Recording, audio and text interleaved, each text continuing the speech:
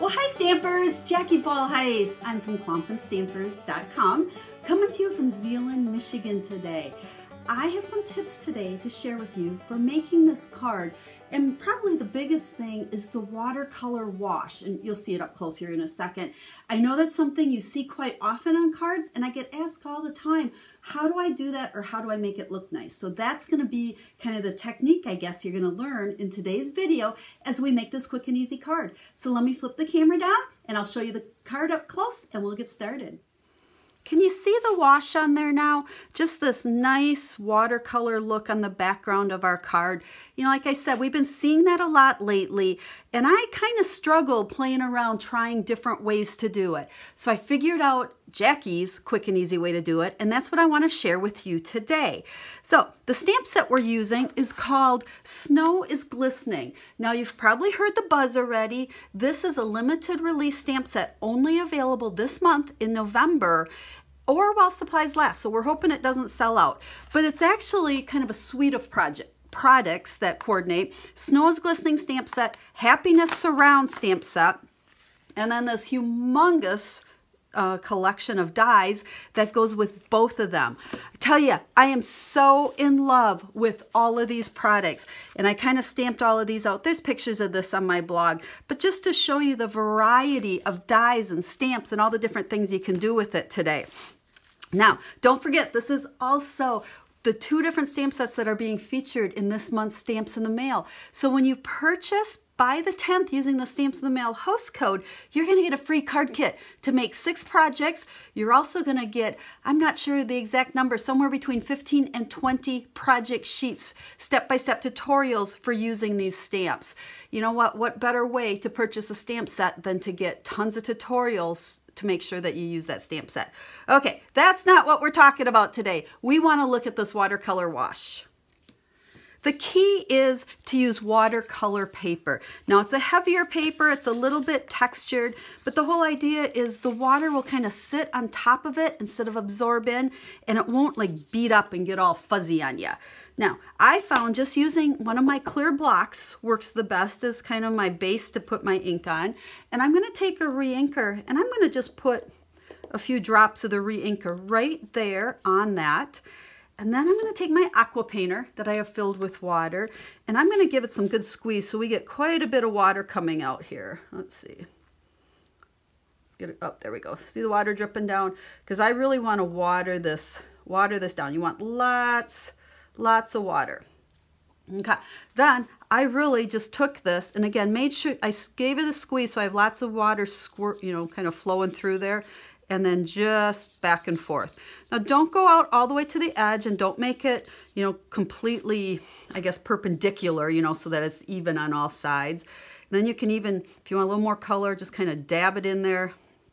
Okay, I like to get a little bit more out here at the edges. That'll kind of make that watercolor, you know, kind of the wash look a little bit more defined. Okay, and that's it. Can you see all the water I have on there? I mean, there's quite a bit on there. I mean, and if you turn it, some of it'll even drip, which gives you kind of a fun look. Now, you got to have some patience because we do have to leave this dry, and it will take a little while. You can use your heat gun to speed it up. We're going to just set this aside because there's something else I want to share with you about my card. You can see my Christmas tree on here. This is one big stamp. Let's pull in the Stamparatus here. You can, oh, I kind of stuck to it. I had all ready to go. I've got my stamp mounted on here. It's a pretty good size stamp, and it has all this detail of these snowflakes on it. Now, I don't know if you can tell, but you see how some of them are a little bit darker? Just wanted to get a little bit of dimension in there. So what I did was I started with a piece of Pear Pizzazz cardstock. Oops. When I use my Stamparatus, I like to put my stamp case underneath it. Makes it nice and flat. I'm sorry about the glare there. And it makes it easier to ink up. So we're going to ink that up really good with the Pear Pizzazz. Stamp it down. You know, we are stamping on colored cardstock, which doesn't take the ink quite as good as that Whisper White or Very Vanilla. So give it some good pressure, give it a little bit of time. If it sticks, just hold it down as you open it up. Now, I don't worry all the time about using my magnets.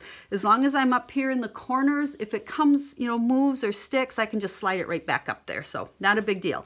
Then I'm going to take my old olive marker. Let's see if we can slide this maybe out of the glare. Maybe that's not quite as bad right there. And I'm going to take my old olive marker and I'm going to come right here on my stamp. I can see those snowflakes and I'm going to pick out just a few of them to go ahead and color directly on there with my marker. And like I said, this is old olive. Our original ink was pear pizzazz. Because the whole idea is hopefully this will show up a little bit darker. Get a little bit darker of an ink in there. And let's do that one. I mean, you don't have to be super perfect. Okay, about where you get it. And then we're going to just go ahead and stamp that right over that original stamping. So we had the pear pizzazz ink. Now we added that old olive. And now you can see we've got the different shades going in there. I think it just gives it a little bit of dimension. So let's look back at our card. Like I said, quick and easy card. Our watercolor wash is still over here drying, but once it dries, we can cut out our tree. I just use my trimmer and just cut it. There's not a die, but it's super easy to cut. I cut a few snowflakes using the snowflake dies out of that beautiful velvet paper. So they have a nice soft touchy feel to it. We embossed the joy. This is the snowflake trinkets. They stick on here really, really well using the glue dots. All I did was I took my trinket, took my glue dot, found one here. I stuck it on there, picked it up, glue dot on the back, and stuck it on there. And it's not going anywhere because I know sometimes people, say these are really cute, but how do I adhere them? That's it. So let's take a peek at the inside. I stamped one of the greetings from our stamp set, some more of our snowflakes, and there's our quick and easy card. Now I'll have all the details down in the description of the video. That'll lead you so that you can find all the dimensions, all the products, the complete card recipe. But as always, if you have questions, make sure to ask. Leave me a comment.